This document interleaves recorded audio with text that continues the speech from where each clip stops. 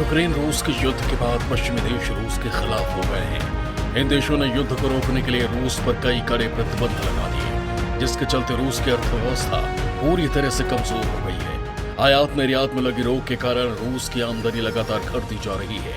इन सब के बावजूद रूस ये युद्ध रोकने को तैयार नहीं है। वो लगातार यूक्रेन पर हमला किए जा रहा है। वहीं पश्चिमी देश भी अपने कदम पीछे नहीं हटा रहे हैं और रूस पर लगातार प्रतिबंधों की झड़ी लगाते जा रहे हैं।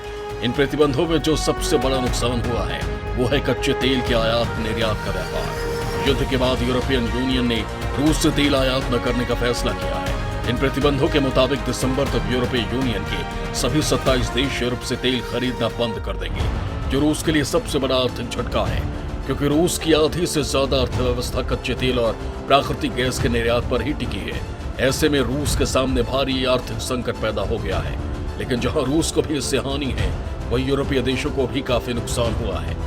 पूरे यूरोपीय देश कच्चे तेल और प्राकृतिक गैस को लेकर पूरी तरह से रूस पर ही निर्भर हैं। ऐसे में उनके सामने दूसरा विकल्प नहीं मिल पा रहा है जिससे वो तेल की कमी की आपूर्ति कर सके। इसके साथ ही वैश्विक स्तर पर कच्चे तेल के दामों को भारी मात्रा में बढ़ोतरी हुई है, जिससे पूरी दुनिया में भारी संकट आ गया है। यूरोपीय देशों को काफी दिक्कतों का सामना करना पड़ रहा है।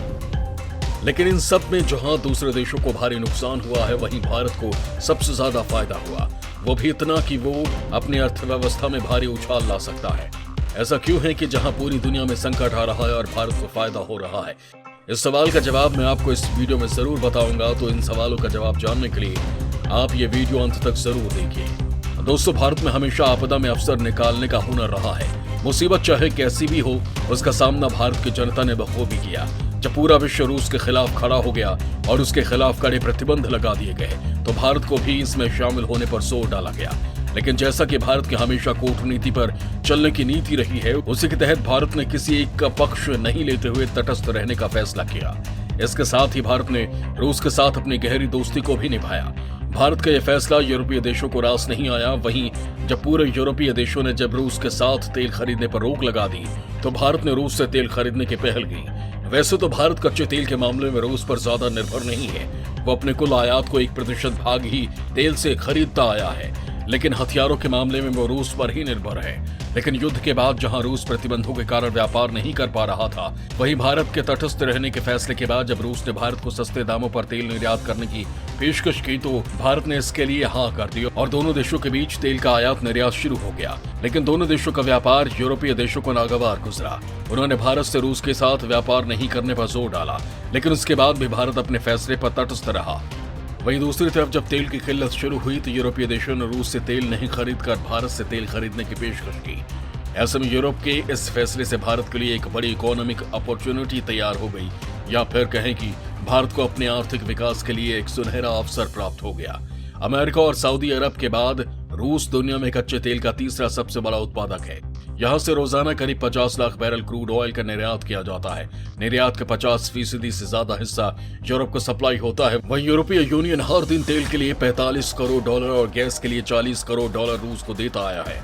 2020 में रूस ने 26 करोड़ टन कच्चे तेल का निर्यात किया था। इसमें से 13.8 करोड़ टन यानी 53% यूरोप के देशों द्वारा खरीदा गया था। यूरोप युद्ध शुरू होने के पहले हर दिन 38 लाख बैरल तेल आयात करता था, लेकिन मौजूदा समय में यूरोप एक दिन में रूस से 25 लाख बैरल कच्चा तेल खरीद रहा है। लेकिन इन प्रतिबंधों के बाद यूरोपीय देशों के पास तेल खरीदने के विकल्प बेहद कम बचे हैं। एक तरफ ओपेक देशों ने रूस को नाराज न करते हुए अधिक तेल निकालने से इनकार कर दिया। ऐसे में यूरोपीय देशों की नजर भारत की तरफ टिक गई है, क्योंकि भारत रूस का गहरा दोस्त है। साथ ही वो भारत को सस्ते दामों में तेल निर्यात कर रहा है। वैसे तो यूरोपीय देशों के पास एशिया पैसिफिक रिफाइनर्स से भी तेल खरीदने का एक विकल्प है, लेकिन कम दूरी की वजह से भारत को इसका फायदा मिल रहा है। यूरोप के कई देशों ने भारत से तेल खरीदना शुरू कर दिया है। जी हाँ दोस्तों, जो भारत अपनी खपत का 90% तेल दूसरे देशों से खरीदता रहा है, वो अब दूसरे देशों को तेल निर्यात कर रहा है। भारत की टॉप तेल रिफाइनरिंग कंपनियां रूस से 6 महीने के डील करना चाहती हैं, जिसमें हर महीने लाखों बैरल तेल आयात किया जाएगा। रूसी रिफाइनिंग कंपनी रोसनेफ्ट भारत की टॉप रिफाइनरी कंपनियों से मोल भाव कर रही है। आंकड़ों के मुताबिक इंडियन ऑयल हर महीने 60 लाख बैरल तेल, भारत पेट्रोलियम 40 लाख बैरल और हिंदुस्तान पेट्रोलियम हर महीने 30 लाख बैरल इंपोर्ट करने की डील करना चाहती है। सूत्रों का कहना है कि कंपनियों को जून से सप्लाई शुरू होने की उम्मीद है। दोस्तों, दिसंबर और जनवरी में रूस से भारत ने लगभग 1% कच्चा तेल खरीदा है, लेकिन फरवरी में जंग शुरू होने के बाद भारत की खरीद बढ़नी शुरू हो गई। भारत ने रूस से मार्च 2022 में 3 लाख बैरल प्रतिदिन और अप्रैल में 7 लाख बैरल प्रतिदिन क्रूड ऑयल खरीदा है। वहीं 2021 में यह औसत महज 33,000 बैरल प्रतिदिन था। भारत पहले सबसे ज्यादा तेल इराक, सऊदी अरब, ईरान आदि देशों से खरीदता था, लेकिन अब रूस से भी कच्चा तेल ज्यादा मात्रा में खरीद रहा है। रूस से सस्ती दर पर कच्चा तेल खरीद कर भारत सबसे पहले अपने घरेलू जरूरतें पूरी कर रहा है, उसके बाद वो निर्यात पर ध्यान दे रहा है। वहीं इस तेल निर्यात से भारत को काफी फायदा भी हो रहा है। यूक्रेन रूस के युद्ध के बाद गल्फ देशों ने तेल को लेकर फायदा उठाया है। गल्फ देशों ने तेल का भाव $140 पहुंचा दिया। मार्च महीने में शायद ही ऐसा कोई दिन आया होगा जिस दिन तेल के दाम ना बढ़े हों। आम आदमी पर महंगाई की चोट लगातार पड़ती जा रही थी। तब भारत रूस से तेल आयात नहीं कर रहा था, लेकिन जब रूस के विदेश मंत्री भारत आए और उन्होंने रूस से तेल खरीदने का प्रस्ताव दिया तो भारत ने रूस से सस्ते में कच्चा तेल खरीदना शुरू कर दिया। रूसी हमले से पहले भारत अपने कुल इंपोर्ट का 1% रूस से खरीदता था, जो अब बढ़कर 17% हो गया। हालांकि इसकी विदेशी देशों ने खूब आलोचना की, जिसके बाद भारत ने पश्चिमी देशों को दो टूक जवाब दे दिया और इसके परिणाम आज सामने हैं। भारत अब रूस से कच्चा तेल मंगवाकर जामनगर की फैक्ट्री में पेट्रोल डीजल तेल तैयार कर रहा है और यूरोपीय देशों को बेचता है, जिससे साबित होता है कि आपदा में अवसर तलाश न हो तो भारत से सीखें।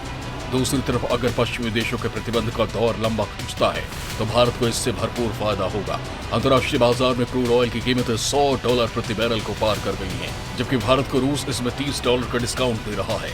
रूस से तेल खरीदने के पीछे ये मुनाफा एक बड़ी वजह है, लेकिन इकलौती नहीं है।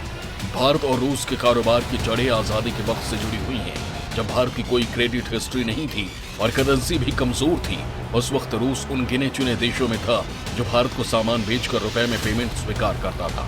डिफेंस सेक्टर में भी रूस भारत का सबसे बड़ा साझेदार है। यूनाइटेड नेशंस में भी रूस भारत को पॉलिटिकल सपोर्ट देता है। ऐसे में भारत ने अपना फर्ज निभाते हुए रूस से व्यापार जारी रखा। अभी तक अमेरिका ने भारत को रूसी तेल खरीदने से रोकने के लिए कोई सख्त प्रतिबंध नहीं लगाए हैं, लेकिन माना जा रहा है कि अगर भारत पर ऐसे प्रतिबंध लगते हैं तो अमेरिका में तेल की कीमतें और बढ़ सकती हैं। यूरोपीय देश भी अभी तक रूस से तेल का आयात कर रहे हैं, इसलिए वो भारत को ऐसा न करने के लिए नहीं कह सकते। लेकिन कुल मिलाकर ये कहा जा सकता है कि भारत से रूस की दोस्ती उसे हमेशा से ही फायदा दिलाती आ रही है और आज भी रूस की वजह से भारत तेल निर्यात करने में सक्षम हुआ है।